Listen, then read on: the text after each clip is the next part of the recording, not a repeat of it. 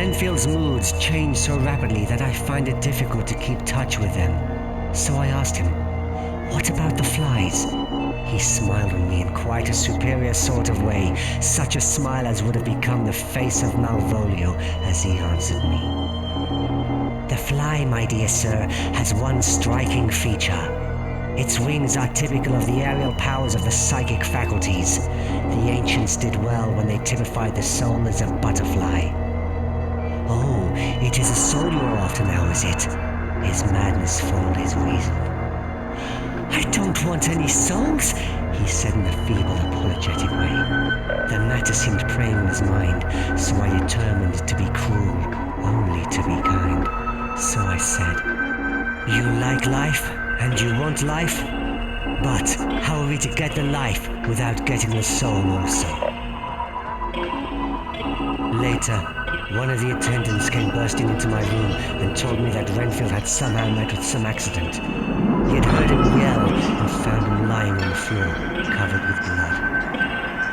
I came to Renfield's room and found he had received some terrible injuries. The face was horribly bruised, as though it had been beaten against the floor. Indeed, it was from the face that the pool of blood originated. The attendant said to me, "I think, sir, his back is broken. Go to Dr. Van Helsing and ask him to come here at once." Within a few minutes, the professor appeared. He whispered to me, "Send the attendant away. We must be alone with him when he becomes conscious." It was evident that the patient might die at any moment. There came a breath so prolonged that it seemed as though it would tear open his chest. Suddenly, his eyes opened and became fixed in a wild, helpless stare. "I have had a terrible dream, and it has left me so weak that I cannot move," Van Helsing said in a quiet, grave tone.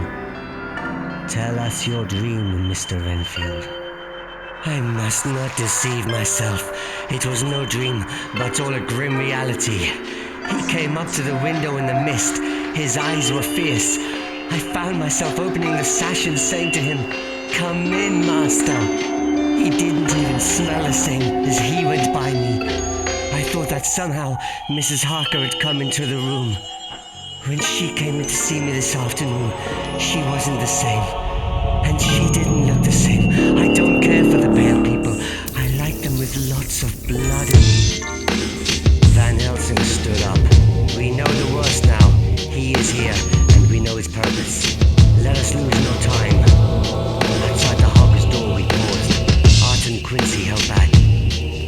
Van Helsing turned the handle, but the door did not yield. We threw ourselves against it, and with a crash it burst open, and we almost fell headlong